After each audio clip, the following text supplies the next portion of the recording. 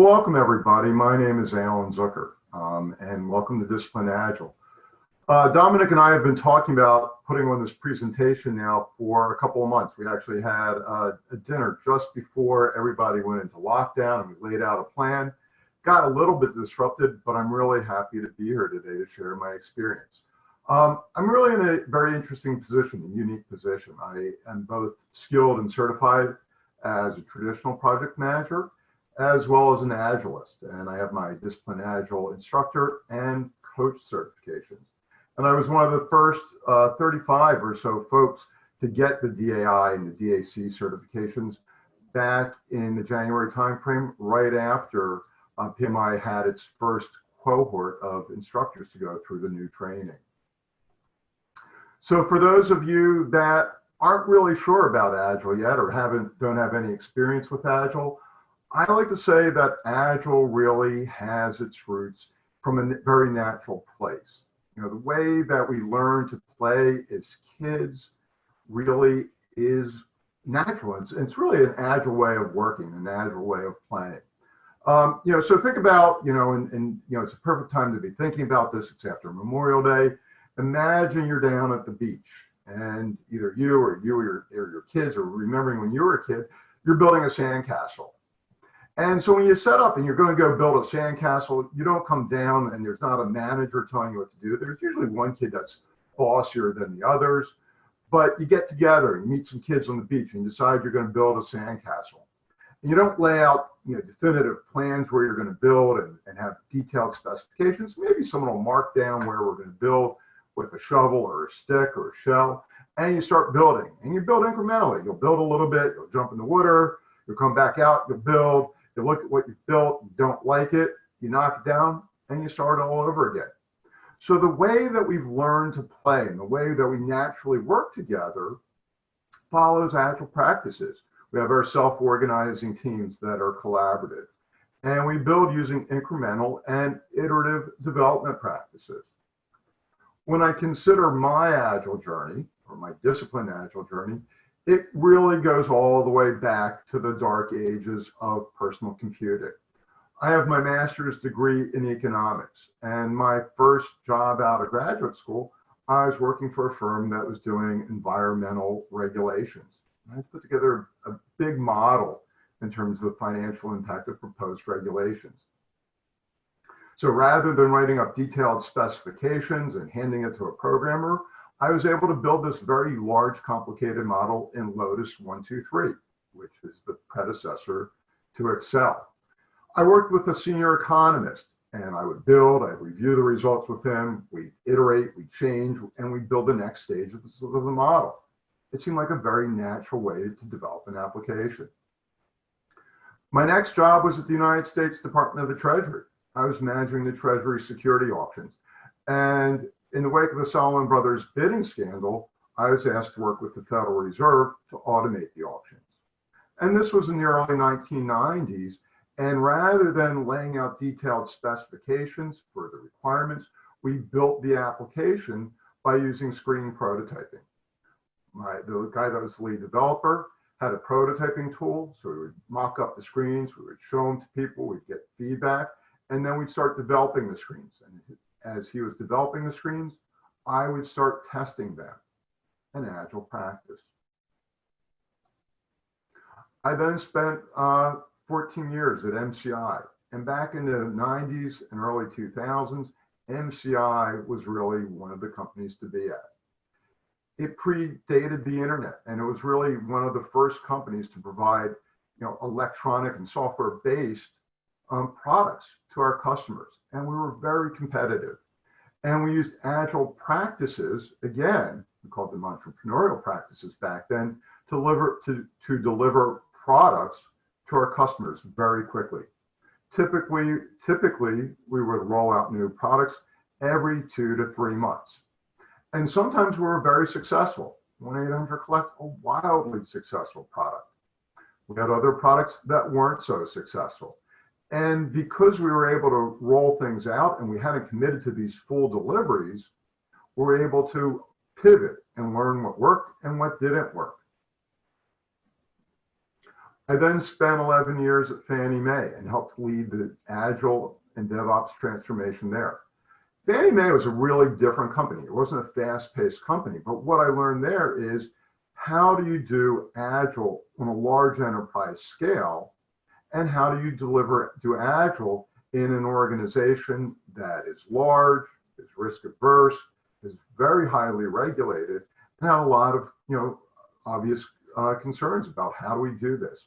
We were very successful. We quadrupled the number of releases that we delivered each year, cut the average release durations down by 2/3, and really got to the point where we had zero Sev1 production incidents. Along the way, I got my certifications. I'm a PMP. I've got my Scrum certifications. I'm an advanced Scrum Master, a certified Scrum professional, and also a safe, scaled Agilist. And as I mentioned, back in November, or back around the beginning of the year, I participated in the first training that PMI sponsored to get PMI instructors, I teach PMP, ready to be Discipline Agile instructors and coaches. And it was really great because I got to work with Scott Ambler and Mark Lyons to learn from truly the masters about DA. So as I was preparing for the class down in Atlanta, I read the book Choose Your Wow. And I had heard about DA, but I wasn't really so sure about what's this DA thing. And as I was reading through the book, I just totally got hooked when I read the line that our fundamental advice is to start where you are, do the best you can with what you have, and always strive to get better. And that really resonated with me because as an instructor, as a coach, as a consultant, one of the things I've always tried to do is provide my clients, my customers, with training and ideas and guidance that met their unique needs and situations. And DA, provided a robust toolkit and a framework to think about how to do that. So if you're not so sure about the whole Agile thing, you're not convinced that Agile is the way to go or the way to the future, I've got a couple of stats here. First, Agile projects are more successful than our traditional projects. The Standish Group has been collecting data on project success since 1994. And really, when you look at the historical trends, we really haven't gotten that much better over that 25-year period. Typically around 25 to 30% of our projects are successful. But what we find when we dig into the data is that our Agile projects are far more successful. Overall, it's almost 4 times more likely to be successful. But when we get to our medium and our large projects, which are really projects just over $1 million or so, that's really where you see the differences. The second reason is that Agile is becoming widely used. This is PMI data. It's actually a couple of years old, but we have crossed the tipping point. We have crossed the threshold where Agile is actually used more often, sometimes or higher, in over 3/4 of the projects. And I've got colleagues, and it's like, well, I'm just waiting for this Agile thing to go and be gone. And I've told them that no, Agile is becoming more and more popular. And it's not just becoming popular with technology projects. I'm actually using Agile practices when I work with nonprofit organizations, and I'm helping them find better ways of delivering the programs to their customers and their clients. So, welcome to Discipline Agile. And actually, it's PMI's Discipline Agile now. As Dominic mentioned, last summer, PMI acquired Discipline Agile.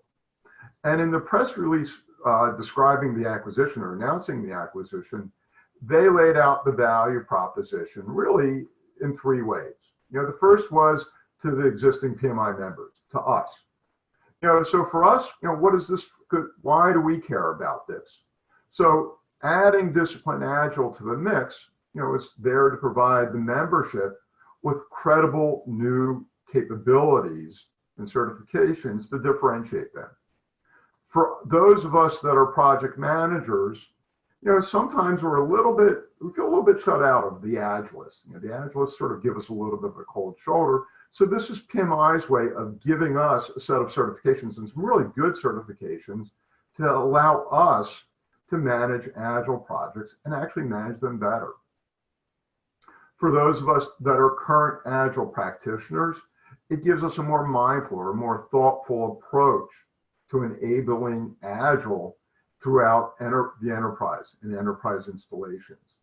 We'll talk about this, but Discipline Agile really helps us visualize all of the opportunities and options and can help organizations become better at being Agile.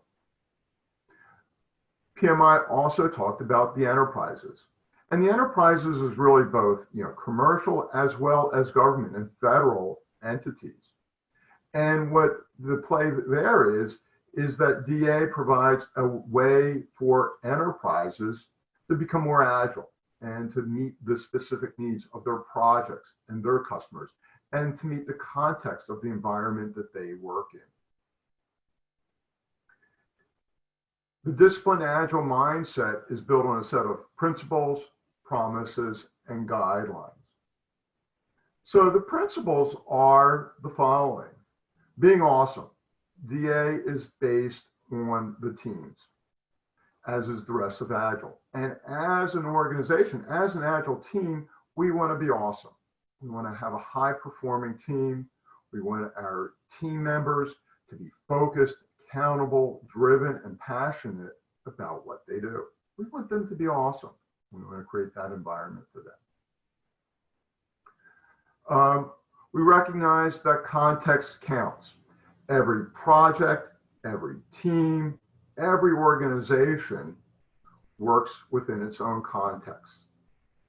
Project management speak, our enterprise environmental factors.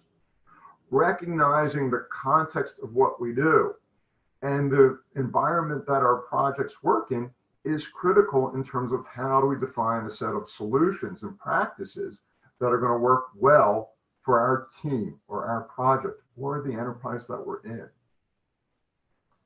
Next, be pragmatic. The Agile Manifesto itself, states that it's about pragmatism. We are finding better ways of developing software based on our experience. So Discipline Agile also focuses on the pragmatic approach. Use practices that work for you and your context. It's not a prescriptive set of practices. Next, choice is good. DA outlines over 150 potential choices that we can make. Potential choices. Most projects don't look at all of those, but with all of those choices, we're able to better define the practices that make sense for our projects. And being aware and having this catalog and this taxonomy of options just makes us better project managers and better Agilists. We want to optimize the flow. A lot of us now are talking about how do we optimize the flow? How do we optimize the delivery of value to our customers? So DA leans, no pun intended, leans on the practices of lean to optimize the flow of value explicitly in its practice set. We want to be enterprise aware. We want our Agile teams to recognize that they are working in a broader context of the entire organization. And that what we find is that it's better for teams and Agilists to be organizationally aware, to be enterprise aware, because it means that we understand the entire context of our value stream, and understand how what we do contributes to the greater whole of the organization. And finally, we want to delight our customers. Our customers are the reason that we are here. We want to create products and services that don't just satisfy our customer needs, but we want to be able to delight our customers and make them happy with what we have. In terms of the promises, we want to create teams and organizations where there's psychological safety and we value diversity. It's through that psychological safety that we create those awesome teams. One of the principles of Agile is, delivering value quickly, and we want to get to a situation where we're accelerating that delivery of value. We want to create an environment where people are collaborating proactively between business and technology, across the various technology teams, and even across the entire enterprise. We want to get to a point where our entire enterprise is considering, how do we deliver everything more agile? We want to improve predictably. We want to find a way, and DA has an answer to this, of improving our processes incrementally, but also to have a predictable path. And we'll talk about that in a little bit. We want to make sure that we're working within our capacity. Too many organizations, and I see a lot of these organizations, where they focus on launching lots of projects all at once without focusing on the ability to get those projects completed. So with DA, we want to create an environment where we are matching our ability to deliver with the projects we are forcing down the pipe, which allows us to deliver value more quickly. And we want to improve continuously. We want to accept the principles of continuous improvement. So the guidelines, some of the things we want to do, we want to validate our learnings. When we go through the process of continuously improving, we want to make sure that the steps that we are taking are actually making things better. We've already begun to learn how design thinking helps us build better products to our customers and to meet our customer needs. We want to think about working with our stakeholders through value streams and value stream mapping. A value stream is a way of looking at that customer's journey and that customer's experience. A value stream starts and ends with the customer's request and ends with that request being fulfilled. We want to create teams where there's enthusiasm and joy, and people are looking forward to coming to work. Again, that idea of building high-performing teams. We want to change the culture to improve the system. And this is really taking on, Deming's whole idea of a bad system will beat a good person every time. We recognize that the systems and the processes that we have can often get in the way of us having good, productive cultures. We want to create self-organizing and autonomous teams. We recognize that value is created when we're working as a team that has all of the capabilities to deliver, where all of the skills and all of the accountability rests within a small unit versus spreading it across a complicated matrix. We want to use measures and measurement to improve our processes. Remember, Agile and DevOps is all based and built upon systems thinking. And we want to leverage our enterprise assets. We want to get to a situation where within our organizations, we have a set of assets, our organizational process assets, so we're not constantly recreating the wheel and starting all over again. So DA is a toolkit. DA is not a methodology, but through this toolkit, we are able to make better decisions about how we manage and execute our projects. DA is agnostic. It's a hybrid mix, and it includes the best practices from the PMBOK guide, from traditional projects, as well as the Agile practices, Scrum, Lean, Kanban, Scaled Agile. And I think one of the things that makes DA so compelling is that it looks across the spectrum of options. And it says, make those choices, but make wise and thoughtful choices about the practices we choose. DA specifically or explicitly supports 6 different life cycles. Agile is DA's flavor of Scrum. It also uses flow-based Agile and calls it Lean. It also recognizes that both for Scrum as well as Lean teams or Kanban teams, we have teams that are more mature in their practices and evolved to the point where they have continuous delivery of value, where we're delivering not just every 2 weeks or longer, but teams that are delivering value rapidly, sometimes within a day or so.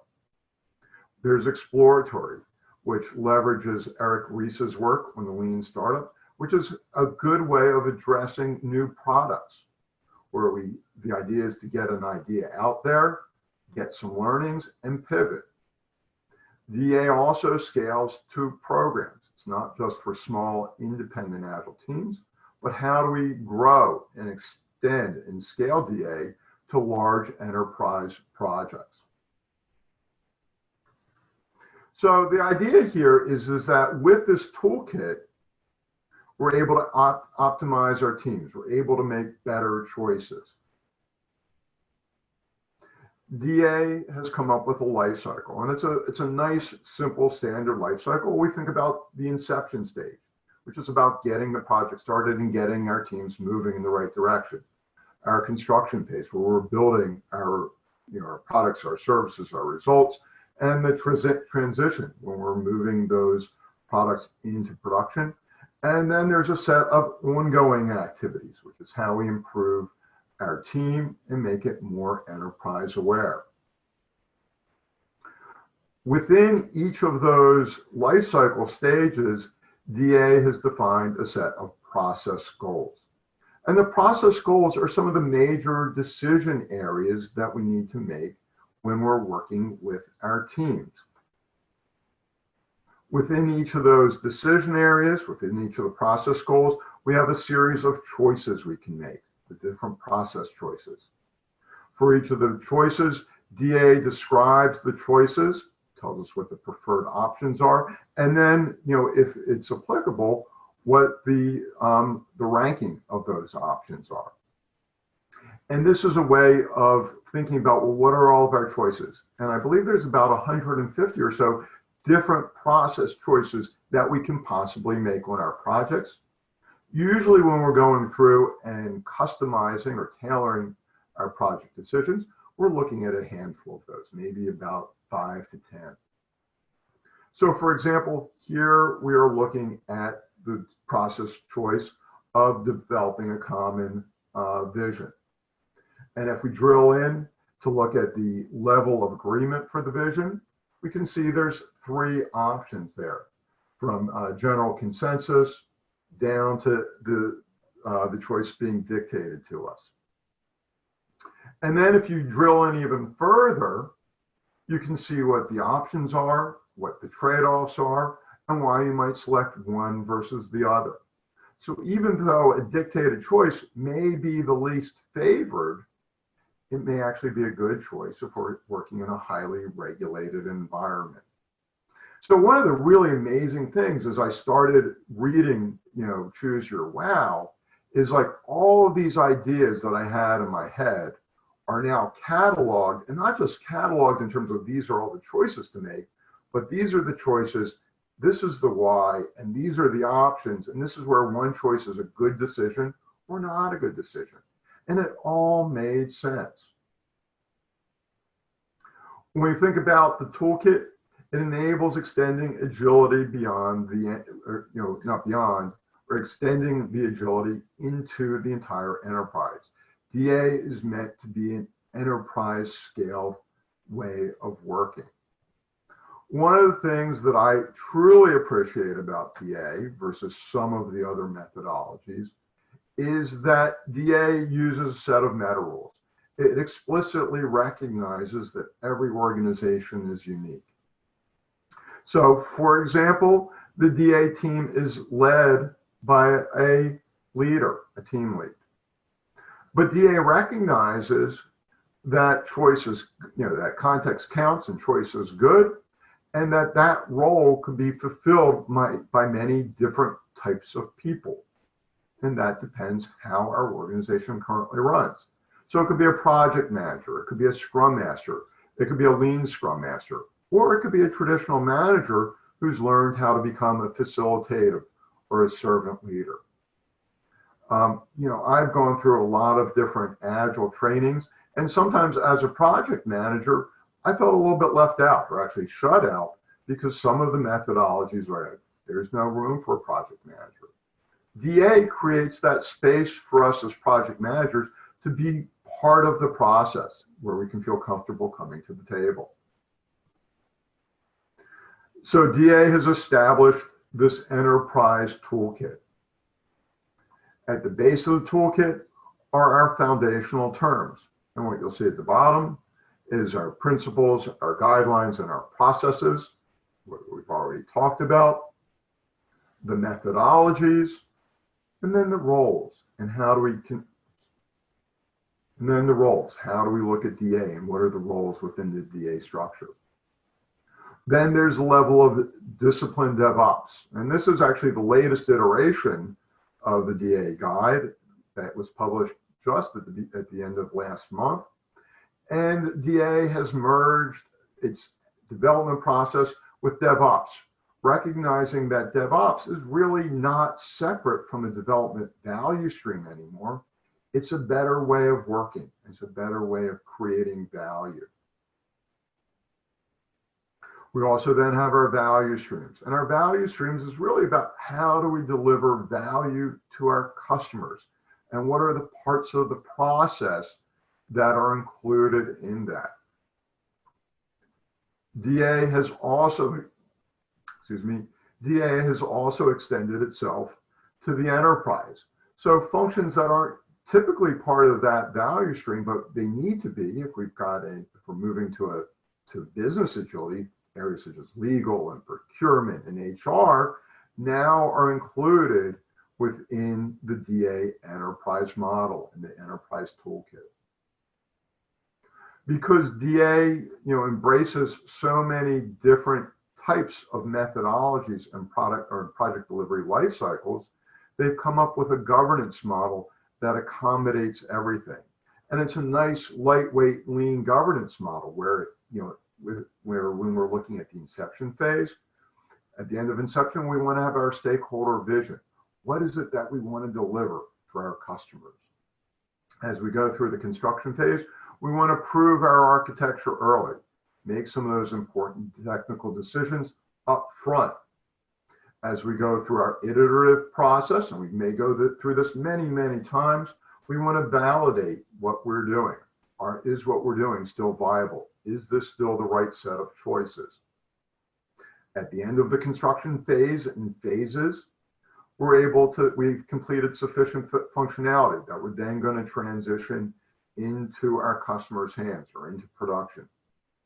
So when we think about transition, it's not just about moving code from our development and test environments into the production environments.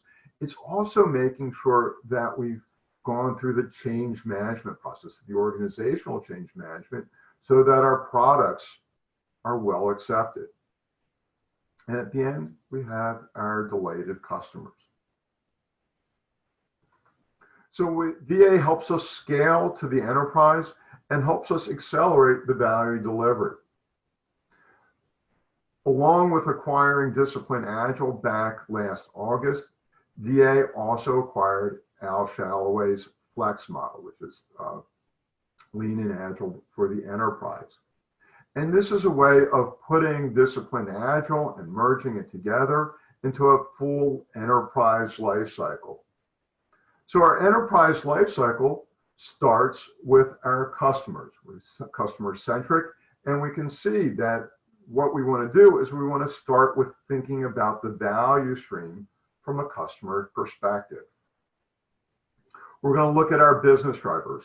What's our strategy? How do we align our portfolio to our strategy decisions? How do we then develop our product and our product strategies? We then go through the development and implementation process. And then as we complete that, we're going to go through the process of realizing the value.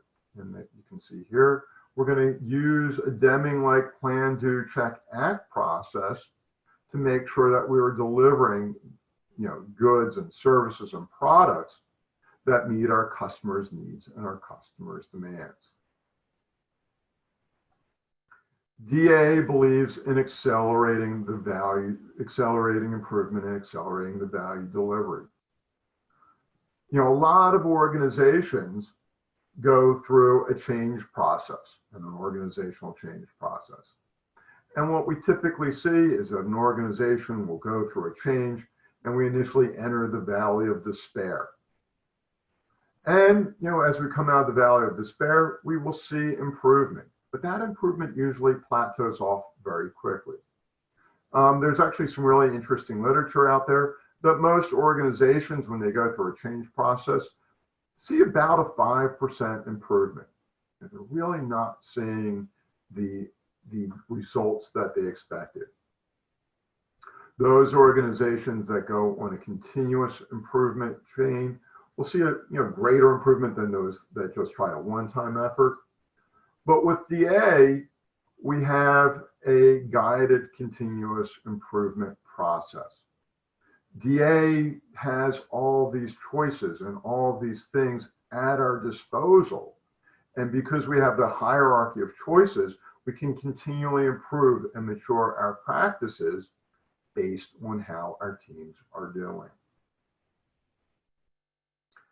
DA does not have a huge market share yet. And I really underline the yet. DA is a relatively newcomer to the game. DA really started back in about 2012. And as a methodology, it's begun to slowly build its clientele. It's really interesting. Panera Bread actually used the DA methodology, or the DA toolkit, I should say, not methodology, the DA toolkit, as it moved from the way it used to operate, which was where people would come up to the counter and order, to its kiosk-based ordering process. So it's used, and there's a real practical, tangible way of how we see DA in practice. One of the really exciting things about DA becoming part of PMI is it really opens up the opportunity for DA to become used more broadly in a lot of other environments. So DA has come up with a certification program. And the reason I included this slide here is that I think that DA really has a great perspective on the reason that they have this program. And it's they want to become the most respected, comprehensive, and credible body for Agile certifications. And it's also helped members to maximize their enterprise agility potential. So it's really, they've come up with a program to help us as practitioners become better Agilists, and particularly in an enterprise environment. The DA certification program is built on the Aikido, the martial arts notion of Shu Ha Ri. And for those of you and those of us that are Agilists, we're familiar with the idea of Shu Ha Ri. And the idea here is that we begin with the basic practices. I've been practicing Tai Chi now for 20 some odd years. And the classic way of learning Tai Chi, and this is, if you're in China, is you go to the park and you find a master that you want to follow. And you begin to follow the master and you learn the steps. And it's just a matter of rote repetition. And that's a way to begin that learning process.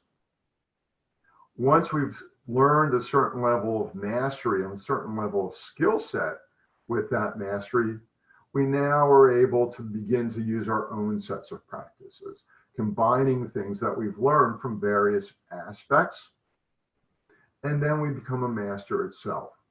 So this is really, so the DA path to progression is really based on this idea of mastery.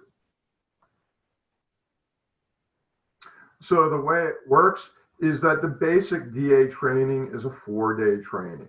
There's the foundational training, which is the foundations of Lean and Agile, which are each 1-day classes. But if you're a skilled Agilist already, you can actually start with the specialized training, which is where we talk about the foundations of DA and the Choose Your Wow, which is where we learn how to make these choices and how to use the WOW book and how to work our way through the 140 some odd options. If you attend any DA training, you can get your Discipline Agilist certification. If you complete the 4 days of training or opt into the end, you can take the exam, which is about I think it's a 50 question, 90-minute exam, and you become a certified Disciplined Agilist. We've reached that base level of training.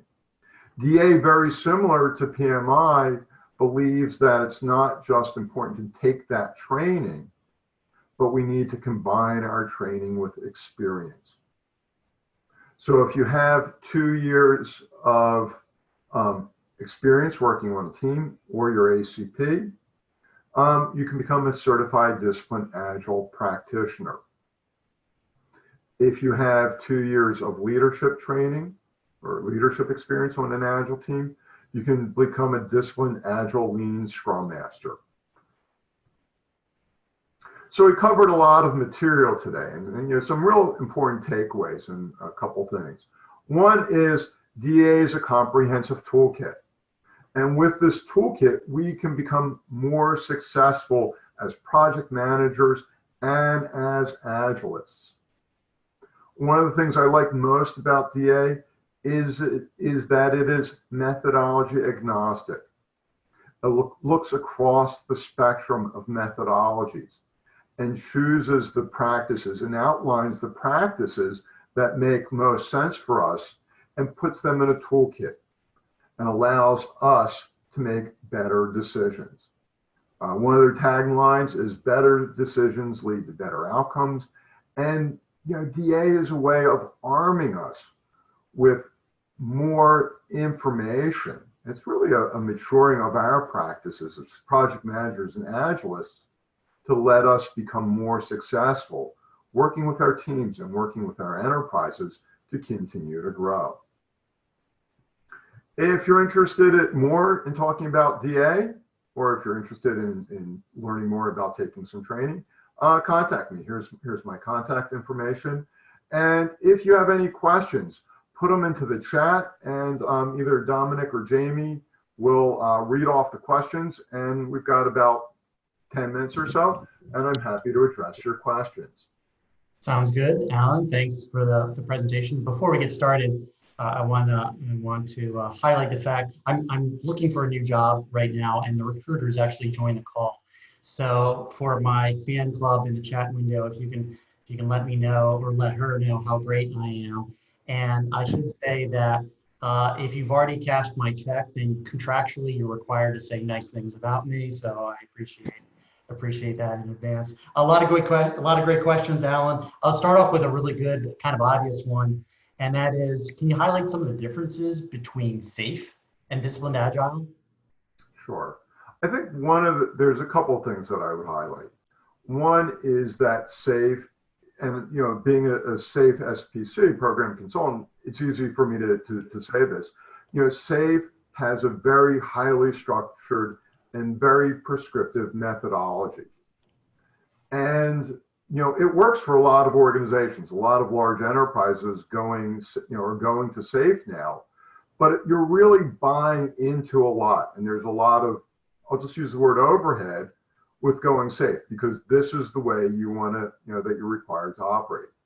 I think one of the really great compelling things about DA is that it allows us to begin where we are, recognizing what capability, what the context is of our organization, make those choices, and some of those choices actually may be applying SAFe and SAFe guidelines. But what you might also learn is that some of the structures of SAFe don't work in our environment so well.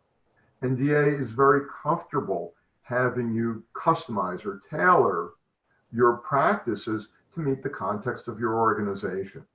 So for example, if you're doing SAFe, the whole idea of doing, reviews, integrated reviews every 2 weeks, if you're working on a large complex project, may not be feasible. But that's really one of the things that is expected in SAFe. So DA would allow you to, be more comfortable making some of those changes. Yeah, I think I think it's important to stress that's one of the main differences with Discipline Agile, not just compared to SAFe, but also especially compared to Scrum. Agile originally was created as a backlash against waterfall and was originally designed to be lightweight methodology. And then Scrum and Safe come along and they add a bunch of weight to it. They make it a very heavyweight, lightweight methodology. So both Scrum and Safe are prescriptive. And one of the advantages that DA has is that it's not. It believes that choice is good.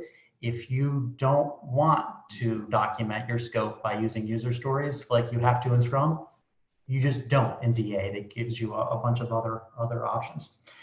Several other questions that came in. What is the hardest part of change? So for organizations that go through the change, what is the thing that they struggle with the most? Well, whoever asked that question should have attended my my presentation back at the February PMI dinner, where I talked about thinking about change really using agile adaptive terms. I think one of the biggest mistakes organizations make when we think about organizational change is we think that we can manage organizational change like a prescriptive project, where we can plan everything out and then we can just execute the plan. Organizations are what we refer to as complex adaptive systems. So as we go through that change process, things are going to change and we need to adapt along the way. And I think that, as an agilist, as we go through the change, we recognize that, or we should recognize that the best laid plans don't always work. And that by trying to force fit our organizational change effort into these very often prescriptive plans quite often leads to failure. So I think actually taking an agile approach is a great way of managing organizational change. I am working with a nonprofit board, and I was working with the president of the board. And one of the things that I thought would be a really great idea is to implement a Kanban board. But what I found out is that the members of the board really weren't interested in using Trello. So rather than saying, okay, everything needs to be in the Trello board, we came up with a slightly different approach. And I think that's one of the reasons using Agile for our organizational change is very effective. A couple more good questions. Where should a certified Scrum Master start in the training process? I think that, well, if you're a certified Scrum Master and you're comfortable with lean and flow, you can really start at the second tier, with the specialized DA skills. But if you're new to Scrum and you're really not that comfortable with lean and flow, then you might want to start from the beginning. I mean, I think it's one of those things, and I've taken a lot of different classes, that every time you take a class from somebody new, even if it's sort of similar repetitive information or seemingly repetitive information, there's always a certain nugget that you get from that. It was very interesting. About a year ago, I went through and got my advanced CSM and certified Scrum professional certifications. And in those classes, I learned as much, if not more, from the experiences that my colleagues, my fellow classmates were sharing, as I did by going through the class itself. So I think there's always a lot to learn. And I think one of the great things about Agile is that everybody has a unique set of experiences and there's so much richness to be shared. Another question. Oh, Jamie? Yeah, sorry. Follow-up question. Do you have to take a test for each build? No, there's really only the test at the end of the 4 days, which is your CDA exam. And then it's a matter of well, there is a test to become a coach, but otherwise, at the initial levels, it's really the one test, and then it's the experience. It's sort of similar to what we're used to with PMI, where the exam is, getting at your PMP is based on taking the exam as well as your experience in training. Can you provide a concrete example of a DA technique which is different than other approaches? So there's not necessarily a DA technique that is different than other approaches, because DA looks at all of the possible approaches. I mean, when you look, I'm just going to grab, when you look at Choose Your Wow, when you look at Choose Your Wow, and this is the older version of the book, it's a 400-page book. And what Choose Your Wow does is it chronicles all of the possible choices that you can make. So, for example, test-driven development, behavior-driven development is a unique methodology. But Choose Your Wow actually talks about how do you integrate that with your Scrum practices or your Lean practices. It also looks at how do you take some of the best learnings from XP and begin to integrate those into your practices, even if you're just doing Scrum. So there aren't things that are like, oh my God, this is something that's completely unique that Scott and Mark dreamed up. But what they've done is they've taken all of those practices and they've cataloged them.